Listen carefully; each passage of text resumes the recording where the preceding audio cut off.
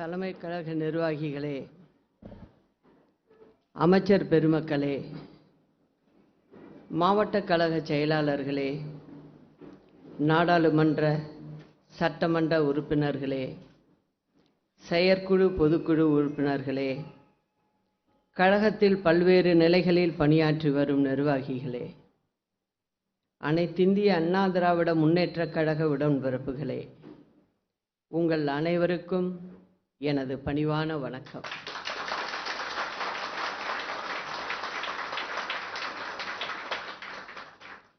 என் உயிரில் நான் சுமக்கிற அம்மாவை எந்நாளும் நெஞ்சத்தில் சுமந்து வாழும் என் அன்பு சகோதர சகோதரிகளே, உலகமே வியக்கிற வெற்றிகளால் அனைத்திந்திய அண்ணா திராவிட முன்னேற்றக் கழகத்தை வழிநடத்திய நம் அம்மா இப்போது நம்மிடம் இல்லாத நிலையில் இன்னும் 100 ஆண்டுகள் ஆனாலும் கழகம்தான் தமிழகத்தை ஆளும் என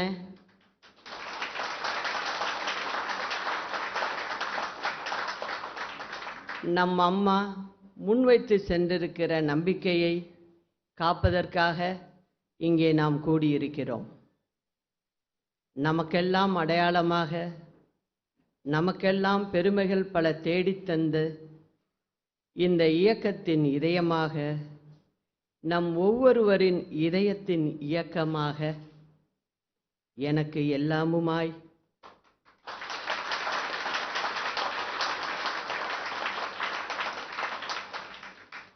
எனக்கு மட்டுமல்ல நம் அனைவருக்கும் எல்லாமுமாய் திகழ்ந்த நம் இதய தெய்வம் அம்மா அவர்களை வணங்குகிறேன்.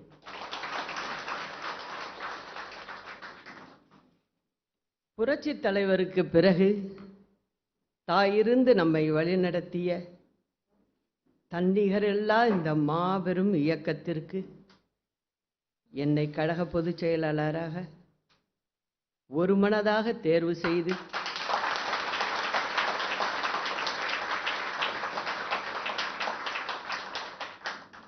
அம்மாவின் வழியில் கழக பணியாற்றிட என்னை பணித்தமைக்காக உங்கள் அனைவருக்கும் என் நெஞ்சார்ந்த நன்றியை தெரிவித்துக் கொள்கிறேன்.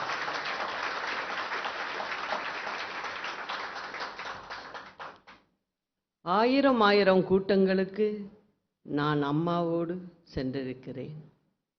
ஏறத்தாழ 33 ஆண்டுகளுக்கு மேலாக எத்தனையோ கூட்டங்களில் அம்மாவுடன் கலந்து கொண்டேன். ஆனால் இன்று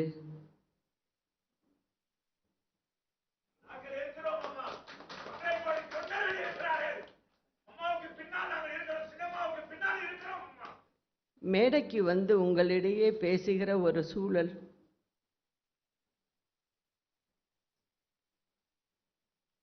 எனக்கு உருவாகி இருக்கிறது. உங்களின் அன்பு கட்டளையை ஏற்க வேண்டிய கடமையும் கட்டாயமும் எனக்கு ஏற்பட்டு உள்ளது. நான் கனவிலும் கூட நினைக்காத ஒன்று, கற்பனை செய்து கூட பார்க்க முடியாத ஒன்று நடந்துவிட்டது. தலையில் இடி வந்து விழுந்ததைப் போல நன்கு உடல்நலம் தேறி வந்த நம் அம்மா நம்மை விட்டு பிரிந்து விட்டார். தன்னை நம்பி வந்த யாரையும் கைவிடாதவர் இன்று தனது மரணத்தின் மூலம் நம் அனைவரையும் கைவிட்டு விட்டார். நம் அம்மாவுக்கு இந்த இயக்கம்தான் வாழ்க்கை, எனக்கோ அம்மாதான் வாழ்க்கை.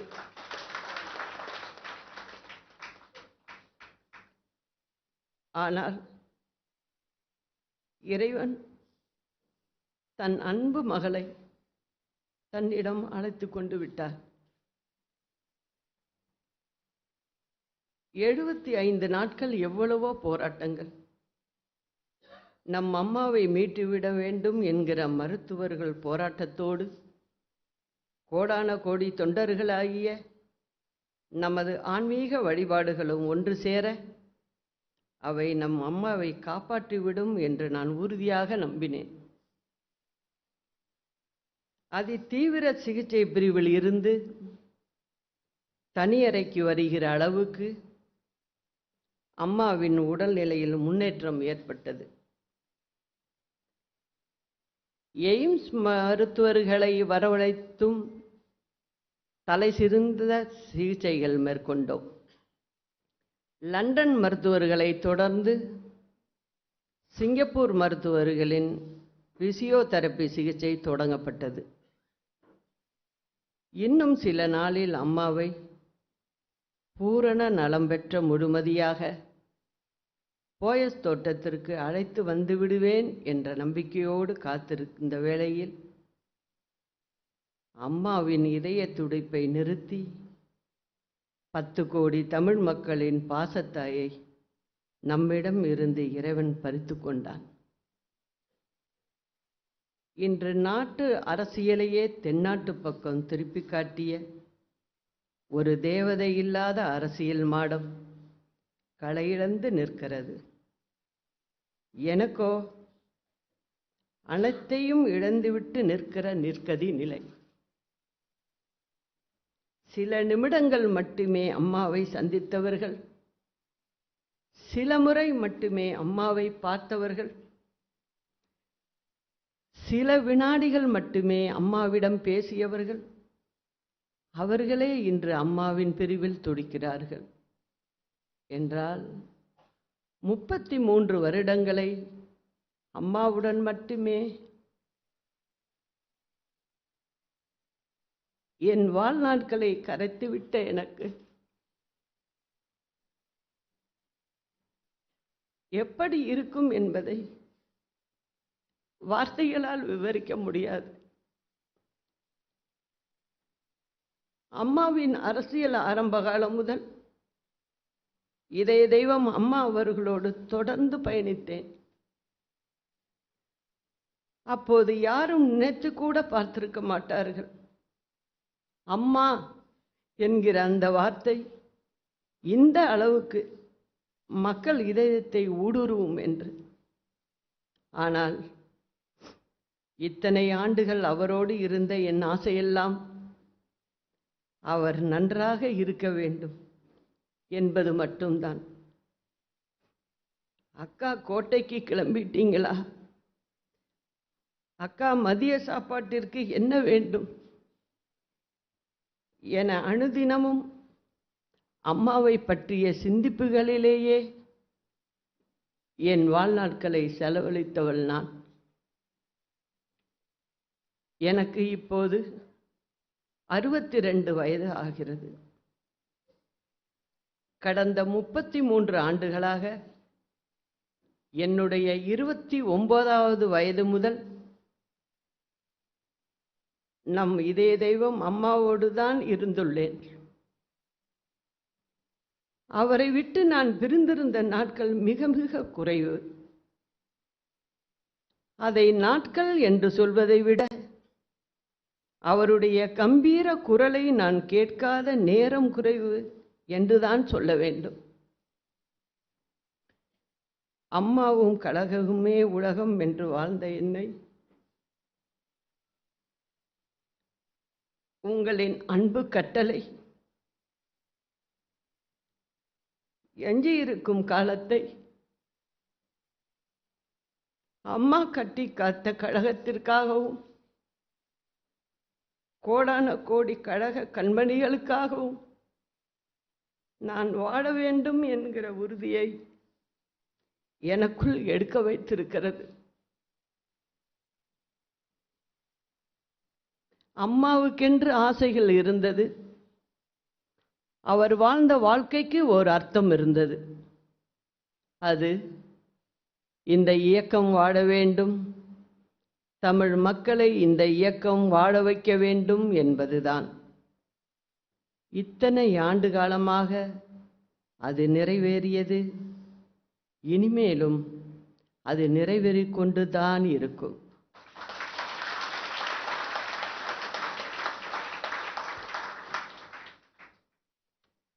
தனக்கு பின்னால் இன்னும் எத்தனை நூற்றாண்டுகளானாலும் அனைத்திந்திய அண்ணா திராவிட முன்னேற்றக் கழகம் மக்களுக்காகவே இயங்கும் என்று சட்டமன்றத்திலே நம் அரசியல் எதிரிகளுக்கு முன்னால் நம் அம்மா சிங்கம் போல கர்ஜித்தார்.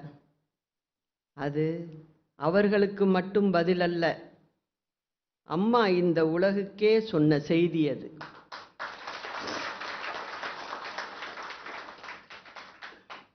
எத்தனையோ போராட்டங்கள், அரசியல் நெருக்கடிகள், எதிரிகளின் சூழ்ச்சிகள், ஏற்றத்தாழ்வுகள் என எவ்வளவோ வந்தபோதிலும் அதிலெல்லாம் அம்மா வென்று வருவார், நான் உறுதுணையாக இருப்பேன். ஆனால் இன்று தாயை இழந்த பிள்ளைகளாய் நாம் தவித்து கொண்டிருக்கிறோம். உங்களின் பலரின் செயல்பாடுகளை, பண்புகளை அம்மா என்னிடம் பகிர்ந்து கொள்வார். எப்போதும் செயல்பாட்டையும் விசுவாசத்தையும் தான் நம் அம்மா இதய தெய்வம் நம்மிடம் எதிர்பார்த்தார்கள். சில நேரங்களில் அவற்றை கூடுதலாகவே எதிர்பார்த்தார்கள். அதற்குரிய வாய்ப்புகளையும் அவர் ஏற்படுத்தித்தான் தந்தார்கள். அத்தகைய நம் அம்மாவின் எதிர்பார்ப்புதான் நம்மை இயக்கும் சக்தியாக திகழ்ந்தது. அது தொடர்ந்து அமைந்திட வேண்டும். அணையா நெருப்பாக அதை நாம் ஒவ்வொருவரும் இதயத்தில் நிலைநிறுத்த வேண்டும். அடிப்படையில் அம்மா துணிச்சலின் பிறப்பிடம். அன்றைக்கு ஆணாதிக்கம் நிறைந்த அரசியலில் இந்தியா முழுவதும் தேடினாலும் ஒரு இந்திராவை தவிர வேறு ஒருவர் இல்லை என்ற நிலையில் நம் அம்மாவின் அரசியல் பிரவேசம்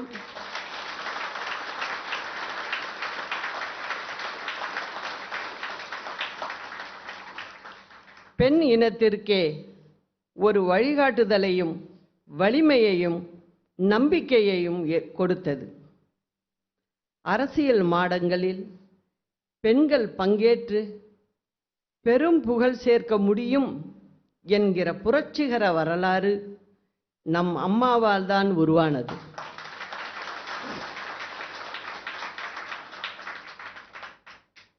இந்த இயக்கத்தின் மிக பெரும் ஊக்க சக்தியே தாய்மார்கள்தான் என்பதை கண்டு உலகமே வியக்கிறது. இன்றும் அம்மாவுக்கு பிறகு ஒரு பெண்ணாக நான் கழகத்தின் பொதுச் செயலாளர் கடமையை ஆற்றுவதற்கு முன் வந்திருக்கிறேன் என்று சொன்னால் அதற்கு மிக முக்கியமான காரணம் கோடான கோடி சகோதர சகோதரிகள் எனக்கு பக்க துணையாக நிற்பார்கள் என்கிற நம்பிக்கையில்தான். தந்தை பெரியாரின் தன்மானம், பேரறிஞர் அண்ணாவின் இனமானம், புரட்சித் தலைவரின் பொன்மனம், இவை யாவும் ஒருங்கே பெற்ற நம் புரட்சித் தலைவி அம்மாவின் போர் குணத்திற்கு ஈடு இணையாகிட ஒருவராலும் முடியாது. இன்னும் 1000 ஆண்டுகள் கடந்தாலும் அவரது இடத்தை யாராலும் நிரப்ப முடியாது, நிரப்பவே முடியாது. ஆனாலும் நம் அம்மா நமக்கு கற்றுத்தந்திருக்கிற அரசியல் பாடங்களை, அவரது பாதத்தடங்களை வேதமென பின்பற்றுவோம். அம்மா அவர்கள் நிர்மாணித்த இந்த இயக்கம் மக்களின் இயக்கம். இந்த அரசு மக்களின் அரசு.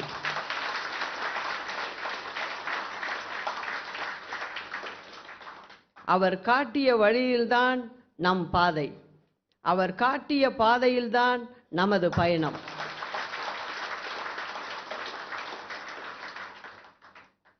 பேரறிஞர் அண்ணா, இதய தெய்வம் புரட்சித் தலைவர், இதய தெய்வம் புரட்சித் தலைவி, இவர்கள்தான் இந்த மாபெரும் இயக்கத்திற்கு அடையாளம். இவர்களை தவிர வேறு யாரும் இங்கே முன்னிலைப்படுத்த மாட்டார்கள் என்பது உறுதி. நம் புரட்சி தலைவரும் சரி, நம் புரட்சி தலைவி அம்மாவும் சரி, சாதி சமய வேறுபாடுகளுக்கு அப்பாற்பட்ட மாபெரும் தலைவர்கள். அவர்களின் அந்த மகத்தான வழியில்தான் இந்த இயக்கம் இன்று வரை பயணித்திருக்கிறது. இனியும் அதே வழியில்தான் வீறு நடை போடும். நம் அம்மா எந்த வேகத்தில் இந்த இயக்கத்தை வழிநடத்தினார்களோ அதே வேகத்தோடு, எந்த இராணுவ கட்டுப்பாட்டோடு அனைத்திந்திய அண்ணா திராவிட முன்னேற்றக் கழகத்தை நம் அம்மா வைத்திருந்தார்களோ அதில் கடுகளவும் குறையாத அதே கட்டுப்பாட்டோடு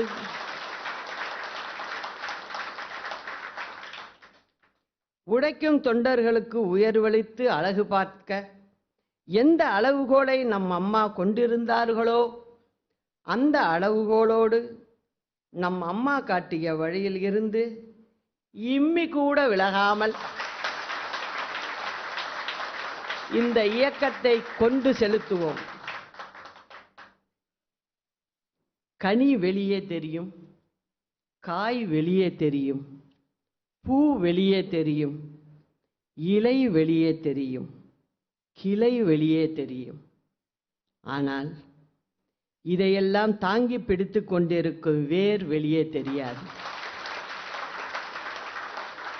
அந்த வேர்தான் அனைத்திந்திய அண்ணா திராவிட முன்னேற்றக் கழகம் என்கிற இந்த இமய பேர் இயக்கத்தை கட்டி காத்து கொண்டிருக்கும் அப்பழுக்கில்லா கோடான கோடி தொண்டர்கள்.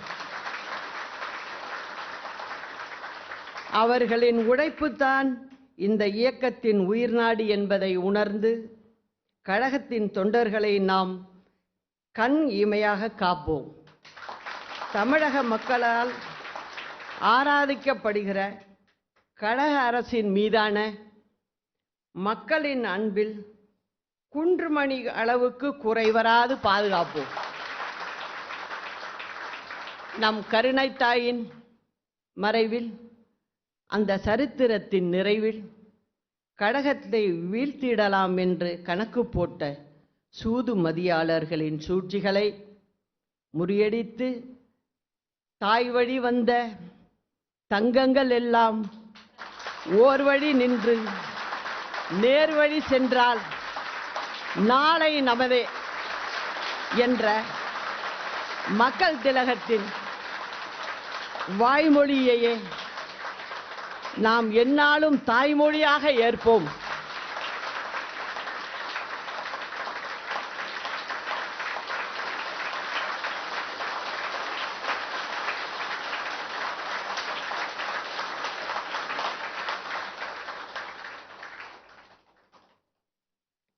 அனைத்திந்திய அண்ணா திராவிட முன்னேற்றக் கழக நிறுவன தலைவர் புரட்சித் தலைவர் டாக்டர் எம்ஜிஆர் அவர்களின் பிறந்தநாள் நூற்றாண்டு விழா ஜனவரி மாதம் 17ஆம் தேதி அன்று தொடங்குகிறது.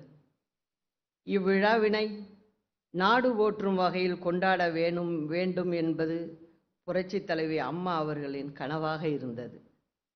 அம்மா அவர்களின் கனவை நிறைவேற்றும் வண்ணம் புரட்சித் தலைவரின் பிறந்தநாள் நூற்றாண்டு விழா கழகத்தின் சார்பில் ஆண்டு முழுவதும் சிறப்பாக கொண்டாடப்படும்.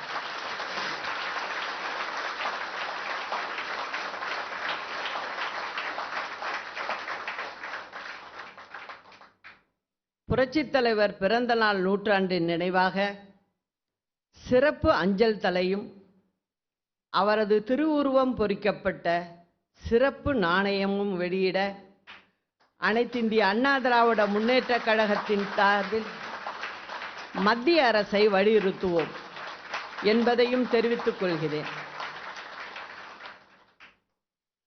ஒன்றை மட்டும் இந்த நேரத்தில் நிறைவாகவும் உறுதியாகவும் சொல்ல விரும்புகிறேன். நம்மை இன்று விமர்சிப்பவரும் கூட நாளை மனமுவந்து நம்மை பின்தொடரும் அளவுக்கு ஒரு புனிதமான பொதுவாழ்வை நாம் மேற்கொள்வோம்.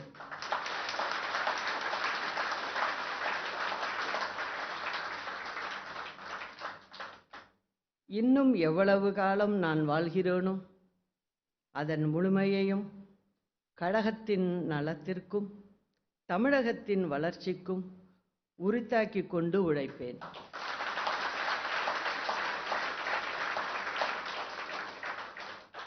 ஒன்றரை கோடி பிள்ளைகளை உன் வசத்தில் ஒப்படைத்திருக்கிறேன் என்று அம்மாவின் ஆன்மா என் அருகில் இருந்து ஆணையிடுவதாகவே என்றும் நான் உணர்கிறேன்.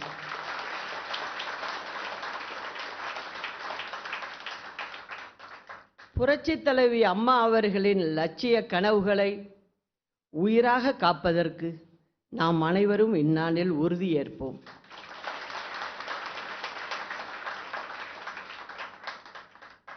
அனைத்திந்திய அண்ணா திராவிட முன்னேற்றக் கழகத்தின் பொதுச் செயலாளராக என்னை ஒருமனதாக தேர்வு செய்திருக்கும் உங்களின் அன்புக்கும் நம்பிக்கைக்கும் ஏற்ப என் வாழ்வின் எஞ்சிய காலத்தை அர்ப்பணித்து உழைப்பேன்.